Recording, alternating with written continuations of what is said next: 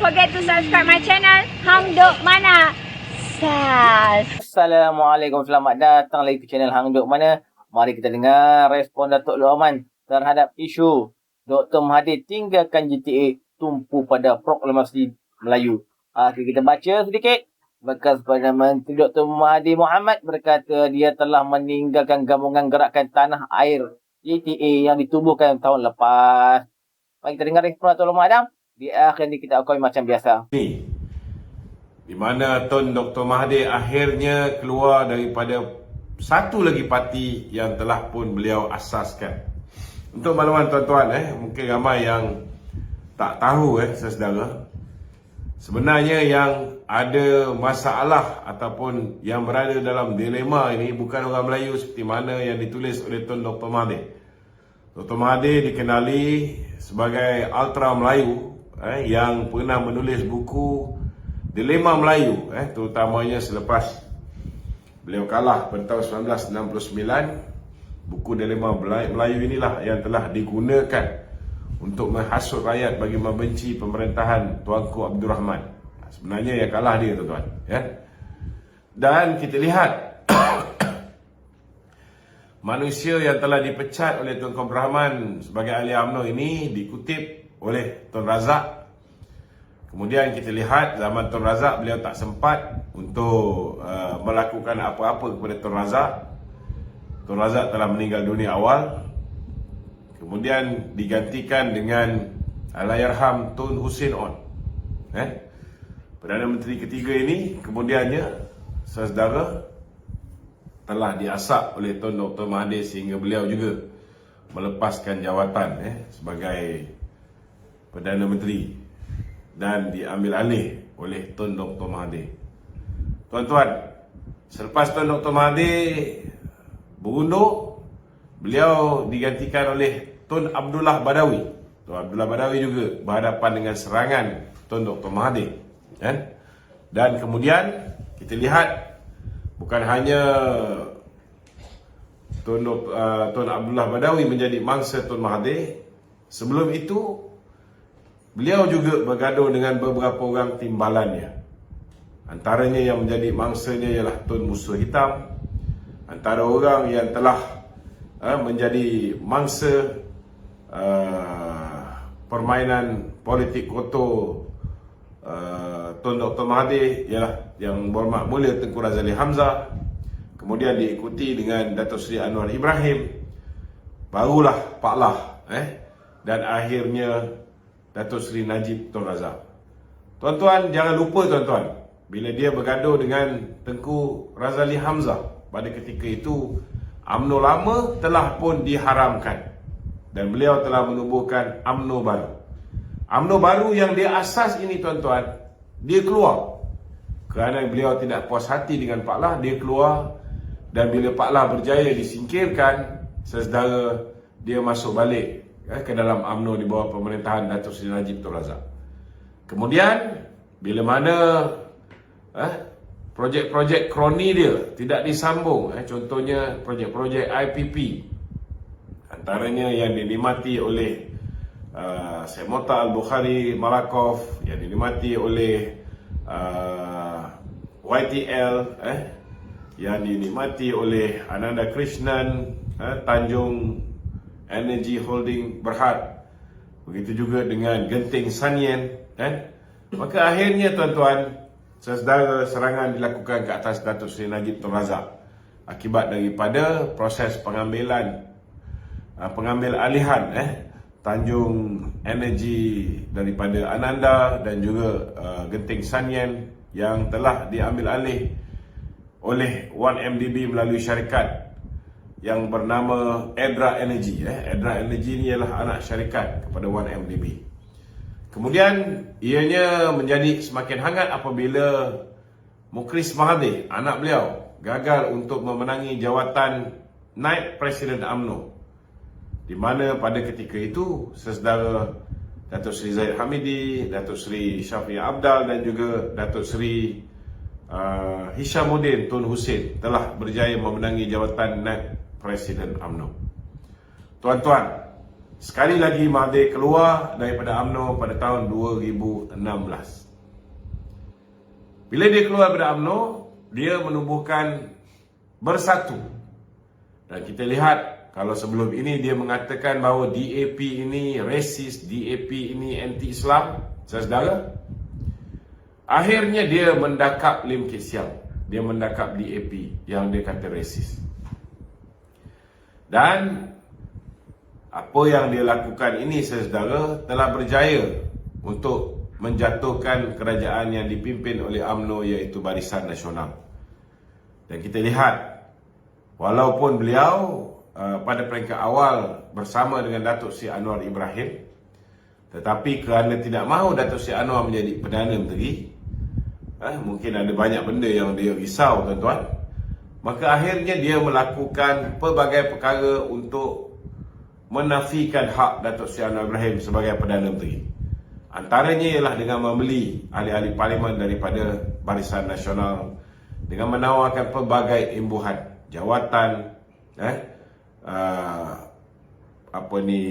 dielakkan daripada dituduh di mahkamah, dan pelbagai kaedah lain yang dikenali sebagai scheme of thing yang diperkenalkan oleh Tan Sri Muhyiddin Yassin. Tuan-tuan, tidak cukup dengan itu, saudara. Kita lihat bila mana peringkat awal rancangan mereka ialah untuk menubuhkan kerajaan Bumiputera yang dipimpin oleh Tun Dr. Mahathir sendiri, dan untuk menjayakan agenda memancing UMNO dan PAS untuk bersama dengan beliau mengadakan apa yang dipanggil sebagai Kongres Maruah Melayu. Apa yang hari ini dia buat iaitu proklamasi Melayu, lebih kurang sama dengan usaha yang dia buat sebelum ini. Rentetan daripada Kongres Maruah Melayu itu, tiba-tiba Mahathir kembali menjadi seorang yang ultra Melayu sekali lagi, dan cuba menyemai benih-benih kebencian, benih-benih perkauman sempit beliau sekali lagi, supaya beliau dapat yakinkan PAS dan UMNO untuk membenci DAP. Antara benda yang nampak dengan jelas terang lagi bersuluh, bagaimana usaha beliau untuk memecah belahkan orang Melayu dengan orang Cina khususnya, ialah dengan mewajibkan tulisan Jawi di sekolah-sekolah Cina dan sekolah-sekolah Tamil. Kita pun tahu zaman dia menjadi Menteri Pelajaran sekalipun, mata pelajaran Jawi yang telah ditamatkan zaman Khair Johari, tuan-tuan. Dan kita lihat tidak pula disambungnya, walaupun sekolah kebangsaan pun tidak ada lagi mewajibkan mata pelajaran Jawi seperti mana zaman sebelum itu. Tetapi bila dia mahu orang Melayu membenci orang Cina, terutamanya DAP, sekali lagi, tuan-tuan, dia melakukan provokasi dengan mewajibkan mata pelajaran tulisan Jawi ini di sekolah Cina dan sekolah Tamil, dengan harapan pertubuhan-pertubuhan Cina seperti Dong Zhou akan membantah, dan ini akan menyemarakkan rasa benci orang Melayu terhadap pertubuhan-pertubuhan kaum Cina, dan akhirnya akan memudahkan kerja dia untuk membuat orang Melayu membenci DAP, yang akhirnya menghalalkan untuk beliau meninggalkan Pakatan Harapan dan bergabung dengan PAS dan juga UMNO. Namun, tuan-tuan, Allah Ta'ala tak nak melanjutkan pemerintahan beliau sebagai Perdana Menteri. Beliau meletakkan jawatan sebagai Perdana Menteri dengan harapan sebuah kerajaan baru yang peringkat awalnya beliau kata dan beliau janjikan kepada UMNO dan PAS sebagai sebuah kerajaan Bumiputera. Tetapi, tuan-tuan, Allah Ta'ala tak izinkan beliau untuk diangkat semula sebagai Perdana Menteri. Bila mana ahli-ahli Parlimen UMNO dan PAS akhirnya mengetahui niat sebenar beliau ketika berada di Istana Negara, ketika Kebawah Tuanku memanggil kesemua 222 orang ahli Parlimen untuk bertanya dengan mereka siapakah calon Perdana Menteri yang mereka mahu angkat menggantikan Tun Dr. Mahathir selepas Tun Dr. Mahathir meletakkan jawatan. Dan soalan kedua yang ditanya oleh baginda tuanku adalah, adakah anda mahu pilihan raya diadakan atau seorang Perdana Menteri baru dipilih? Disebabkan ketika ahli-ahli Parlimen PAS dan UMNO yang peringkat awal sudah pun bersetuju untuk mengangkat Tun Dr. Mahathir sebagai Perdana Menteri, mereka akhirnya mengetahui bahawa Tun Dr. Mahathir berbohong dan sebenarnya nak mewujudkan unity government. Sampai istana baru mereka tahu. Maka akhirnya tuan-tuan, Tun Dr. Mahathir tidak dipilih sebagai calon Perdana Menteri. Muhyiddin Yassin juga tidak cukup numbers untuk dipilih sebagai Perdana Menteri.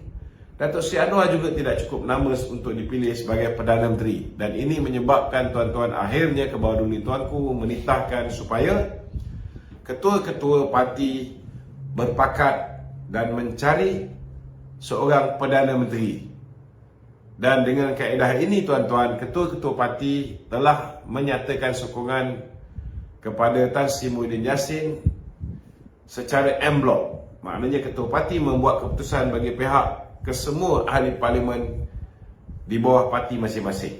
Haji Hadi membuat keputusan bagi pihak PAS, Tan Sri Muhyiddin membuat keputusan bagi pihak Bersatu, dan Datuk Seri Zahid mengambil keputusan bagi pihak BN. Begitu juga dengan sahabat kita daripada Sarawak pada ketika itu. 114 orang telah pun ketua-ketua partinya wakili untuk memilih Tan Sri Muhyiddin Yassin menjadi Perdana Menteri. Tuan-tuan, ini dia track record Tun Dr. Mahathir. Dia keluar daripada UMNO yang dia asas, iaitu UMNO baru tahun 1987 ditubuhkan. Dia masuk balik UMNO baru yang kemudiannya bertukar nama menjadi UMNO. Sebelum dia keluar balik daripada UMNO zaman Najib. Dia masuk Bersatu, dia asaskan Bersatu. Bila Muhyiddin akhirnya melakukan langkah Sheraton, kerana bila tak jadi nak mengangkat tidak jadi nak mengangkat Mahathir kembali sebagai Perdana Menteri, kerana kedapatan ataupun temelangnya pecah, rupa-rupanya dia nak buat unity government di mana dalam tu ada juga DAP, tidak seperti mana yang dia janjikan kepada PAS dan UMNO di peringkat awal. Maka akhirnya tuan-tuan,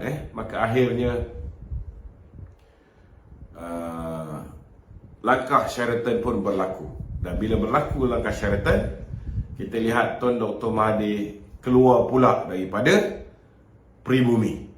Bila dia keluar daripada Pribumi, tuan-tuan, dia membuat sebuah parti yang dipanggil Pejuang.